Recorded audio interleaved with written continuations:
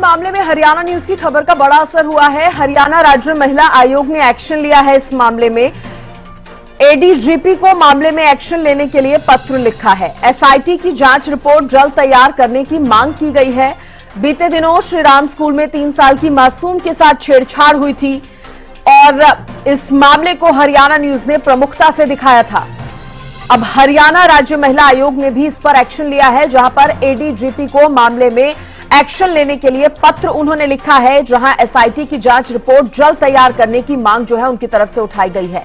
बड़ी खबर इस वक्त की आपको बता रहे हैं, मासूम से छेड़छाड़ का ये मामला है। स्कूल के अंदर छेड़छाड़ हुई थी 3 साल की मासूम से, जिस पर हरियाणा राज्य महिला आयोग की तरफ से भी एक पत्र जो है लिखा गया है एडीजीपी को, और मामले में तुरंत एक्शन लिया जाए, इस बात की मांग की गई है। एसआईटी की जांच रिपोर्ट जो है वो भी जल्द ही सामने आनी चाहिए, ये मांग जो है की गई है। देखिए, लगातार कई दिन बीत चुके हैं, जो स्कूल में बच्चों के पेरेंट्स हैं वो भी लगातार इसको लेकर अपनी आवाज उठा रहे हैं और स्कूल के बाहर एकत्रित हो रहे हैं। हरियाणा न्यूज ने भी इस खबर को प्रमुखता से दिखाया। स्कूल में पढ़ने वाले छात्रों के माता पिता से भी हरियाणा न्यूज ने बातचीत की, उनसे भी पूरे मामले को समझने की कोशिश की और कहीं ना कहीं हरियाणा न्यूज ने ये जो मुहिम चलाई उसके बाद उसका असर जो है अब दिख रहा है। और इस मामले में पहले जहां टीम गठित हुई थी जांच के लिए, अब हरियाणा राज्य महिला आयोग है उसकी तरफ से इस पर एक्शन लिया गया है। उन्होंने भी एक लेटर जो है वो लिखा है। महिला आयोग की अध्यक्ष रेणु भाटिया जी हरियाणा न्यूज के साथ जुड़ गई हैं। रेणु भाटिया जी, स्वागत है आपका हरियाणा न्यूज पर। और जिस तरह से ये मामला, बेहद गंभीर ये मामला सामने आया था, हरियाणा न्यूज भी लगातार इस पर नजर बनाए हुए है और जिस तरह से आपने भी कहीं ना कहीं इस मामले पर आगे बढ़कर बातचीत की है, अभी कहां तक जो कार्रवाई है वो इस मामले में पहुंची है और आप किस तरह से, महिला आयोग किस तरह से अब आगे इसमें कदम उठा रहा है?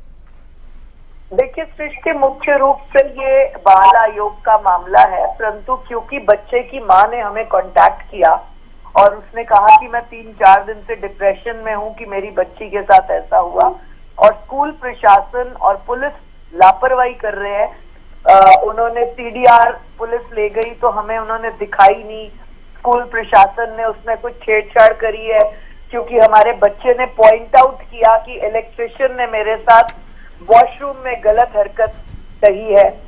तो ये सारी बातें देखते हुए सब पेरेंट्स ने भी इसके ऊपर बहुत विरोध जताया और आज भी मैं देखती हूँ कि पेरेंट्स अभी तक विरोध जता रहे हैं। इस बात को लेकर हमने पुलिस प्रशासन को भी थोड़ा सा सीरियसली कहा कि आपने जो लापरवाही करी है उसके ऊपर हम कार्रवाई करेंगे। और हमने विकास अरोड़ा जी जो एडीजीपी हैं और गुरुग्राम में है, उनसे हमने कहा है कि स्कूल को तब तक बंद रखें जब तक वो व्यक्ति गिरफ्तार ना हो जाए और वो सीडीआर जो आपके पास है उसमें जो कटिंग मारी गई है वो देखी ना जाए, क्योंकि यदि बिजली वाले को, जो इलेक्ट्रिशियन स्कूल में आता था, इसे अगर ढीला छोड़ दिया तो ये हमारे जहां जहां पर भी जॉब करेगा कई बच्चियों को बर्बाद करेगा। उसकी मेंटालिटी, मानसिकता ऐसी है। हमने इसी विषय पर तेजी से कार्रवाई करने को कहा और हम उम्मीद करते हैं पुलिस प्रशासन सख्ती करेगा।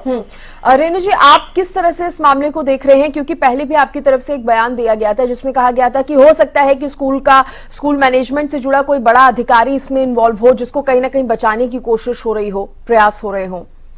उसमें हमने उम्मीद की थी कि स्कूल का ही कोई व्यक्ति हो सकता है, लेकिन जो स्कूल के मेल स्टाफ था, हमने उन सबसे मुलाकात की और जिस प्रकार का वो बच्ची हुलिया बता रही थी, वो हुलिया उस इलेक्ट्रिशियन का निकला जिसको स्कूल प्रशासन बचाने की कोशिश कर रहा है। क्योंकि ऐसा होता है कि जिस भी स्कूल में, कॉलेज में या जिस भी संस्था में इस तरह की बात सामने आती है वो अपने व्यक्ति को बचाते हैं, परंतु ये अपराध बचाने लायक नहीं है। ऐसा व्यक्ति दोबारा अपराध करेगा क्योंकि उसकी सोच घिनौनी और गंदी है। ऐसे व्यक्ति को पकड़कर सजा देनी चाहिए।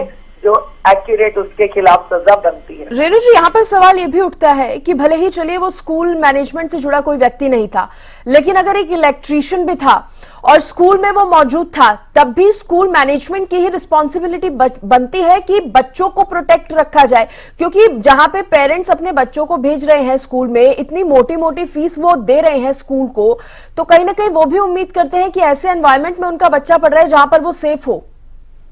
देखिए सृष्टि, बिल्कुल स्पष्ट है कि वो जो इलेक्ट्रिशियन है वो रेगुलर वहां पर आने जाने वाला है।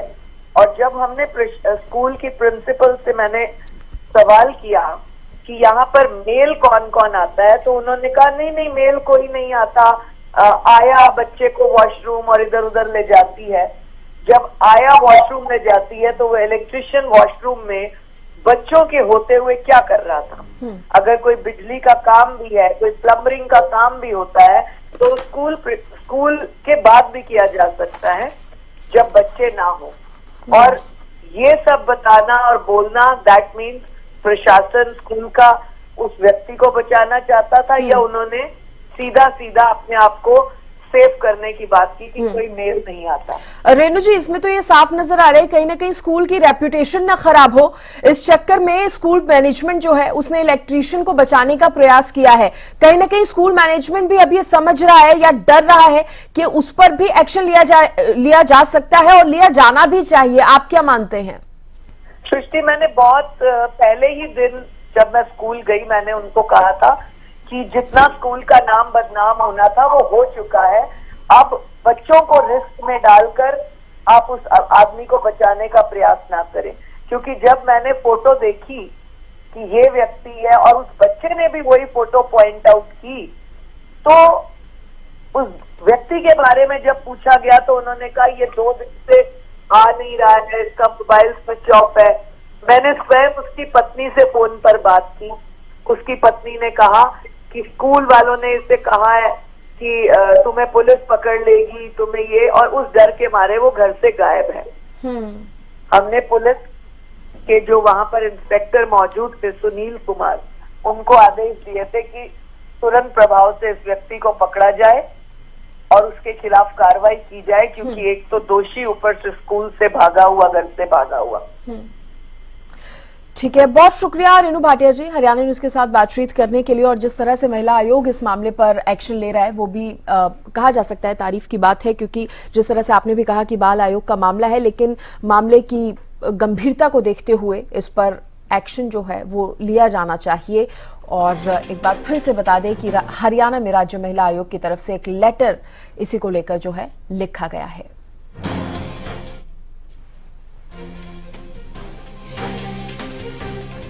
हरियाणा न्यूज से बातचीत में बोली रेणु भाटिया, स्कूल प्रशासन आरोपी को बचाने की कोशिश कर रहा है। पुलिस से आरोपी को जल्द गिरफ्तार करने की मांग की गई है। रेणु भाटिया ने कहा पुलिस से स्कूल को बंद रखने की मांग भी की गई है। तेजी से कार्रवाई करने के लिए पुलिस प्रशासन को लगातार महिला आयोग भी बोल रहा है। हरियाणा न्यूज से खास बातचीत में रेणु भाटिया ने ये तमाम बातें कही जब उन्होंने स्कूल प्रशासन को भी सवालों के घेरे में खड़ा किया और कहा कि अगर वो इलेक्ट्रीशियन भी है, आरोपी इलेक्ट्रीशियन भी है, तो भी स्कूल प्रशासन ने, स्कूल मैनेजमेंट ने उसको बचाने की कोशिश की है।